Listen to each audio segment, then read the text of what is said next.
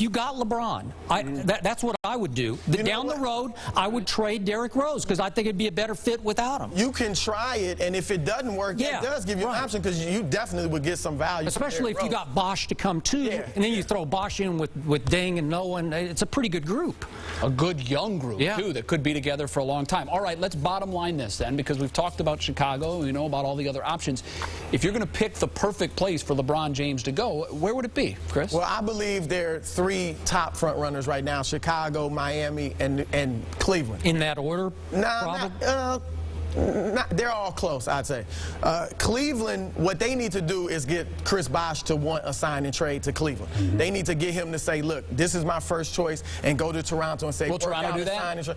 Toronto probably would do it because they don't want to lose Bosh for nothing. Right. So they'd have to take Andy Varejao, J.J. Hickson, Delonte West, and Jamar Moon or something like that.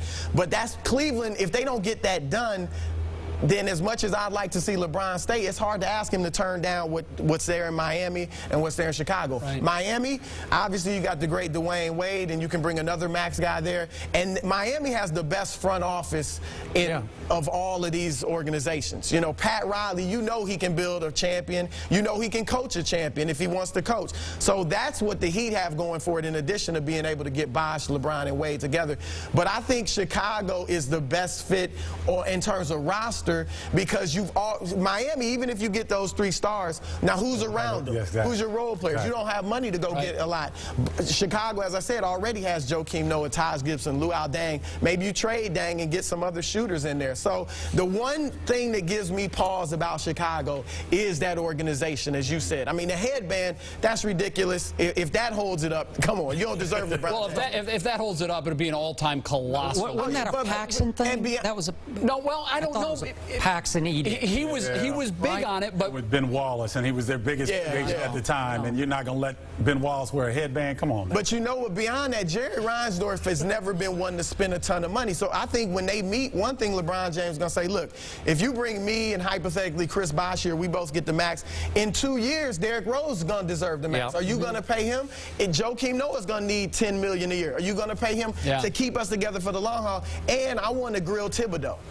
How you going to work the offense with me and Derrick Rose? He's never been a head coach. That's a question mark, as great of as assistant as he was. But you would still say Chicago is the best fit? I would want to hear, and this is why I don't think LeBron has an exact answer yet of what he's going to do. I think he's lean in certain ways, but I want to hear from those guys' mouths what you're going to do. But you thought from the start he was lean in Chicago. Yeah, I think that's I think there's no doubt they got a great shot again. Okay. No doubt. Right. I think he's stay in Cleveland. They're top 18. They're better than Miami and Chicago right now without anything else being done. Well, because LeBron is there, though. Exactly. So if he comes back to Cleveland, they could tweak the system. I don't know why Byron Scott's not coaching anywhere yet. I go get Byron Scott, come in, you've got a player's coach. He's been to the Eastern Conference Finals or the NBA Finals twice with New Jersey. Right. You bring him in, you make that deal for Bosh, you're right there. You're a couple of adjustments away from being in the NBA Finals as a Cleveland Cavalier. I don't think it makes any sense to look at Miami or Chicago. I think he should stay right there. If you get Bosh and Byron, you're right. He should, but that's a big if with Bosh. That would be the right thing to do. I've said that from the start. I've also said if the ringless king truly wants to win a championship quickly, he should convince Bosh to go to Miami and join D. Wade under Pat Riley. It's a perfect fit. And you say they don't have enough pieces. I mean, Jermaine O'Neal is still there, and Haslam and Q. I don't know what Beasley's going to do, but I'd still want him in my mix. Chalmers. And then there's 2 second-round picks. We're going to talk about it later, but Vernado and Deshaun Butler, I thought they were terrific second-round picks. I think that team would have a chance to win the championship next year. And that's what, if you ask me. So is it Cleveland or Miami? Where do you? No, I'd say Miami if he wants to win a championship. All right. So that's what. Now people would say, "Oh, you needed help to win it." Well, at least he'd go win one. Yeah. Who doesn't need help? I don't know that anybody would say that anywhere anymore. Well, you make a good point though, because Dwayne Wade is very close to LeBron's level. Yeah. Where in Chicago you got Derrick Rose, who's a star, Bosh, if you bring by, but they're not on his level. So people could say, well, he needed Wade versus, he did in Chicago as the lead guy. All right, Chris, thanks for stopping by for First Down. Always good to have you here. That's going to do it for First Down. When we come back in Second Down, interesting goings-on in Los Angeles. A-Rod waited until the final game of the Dodgers-Yankees series to clear the air with former manager Joe Torre. You remember Joe's book. These guys will debate that coming up in Second Down, how A-Rod handled that whole situation. But first, let's look at today's ESPN First Take, Your Take question of the day. Off our First Down discussion, which team will LeBron James most likely be playing for next season? You see your 5 choices there. ESPN.com/First Take to vote. We'll have your take on this later in the show. Left center field. Way back there. It's gone. Robinson Cano has put the Yankees ahead with an opposite field home run. 8-6 Yankees. And just when it looked like the Yankees were headed to a series-losing game last night to former skipper Joe Torre, they scored 4 in the 9th off the Dodgers bullpen.